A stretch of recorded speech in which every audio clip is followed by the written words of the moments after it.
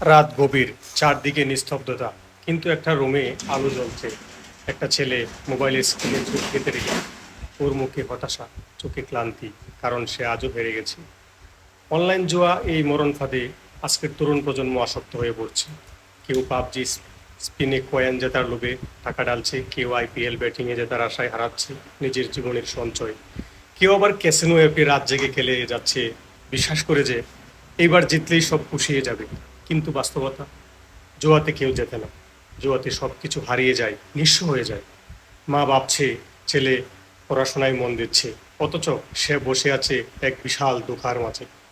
একটা সময় পরে বন্ধুদের থেকে ধার চাইতে হয়, বাবার পকেটে হাতাতে হয়, এমনকি বোনের গহনা বিক্রি করে শেষ টাকা ঢেলে দেয় অনলাইন অ্যাপে। সে ভাবে এইবার লাস্ট, জিতলেই ছেড়ে দেবে। কিন্তু এটাই ফাঁদ, এটাই নেশা, এটাই একটা ধ্বংসের রাস্তা। এখন প্রশ্ন হলো, কেন কেন আমরা নিজের সময়, টাকা আর ভবিষ্যৎকে নষ্ট করছি একটা অ্যাপের পিছনে? কি লাভ এমন খেলায় যেখানে জেতার নামে কেবল লুটপাট? মনে রেখো, টাকা দিয়ে যদি কিছু জেতার নামে প্রলোভন দেখানো হয়, সেটাই জুয়া, সেটা হারাম, সেটা গুনাহ। কিন্তু এখন ওই সময় নিজেকে থামানোর, নিজেকে ফেরানোর, মোবাইল থেকে এই অ্যাপগুলো ডিলিট করা।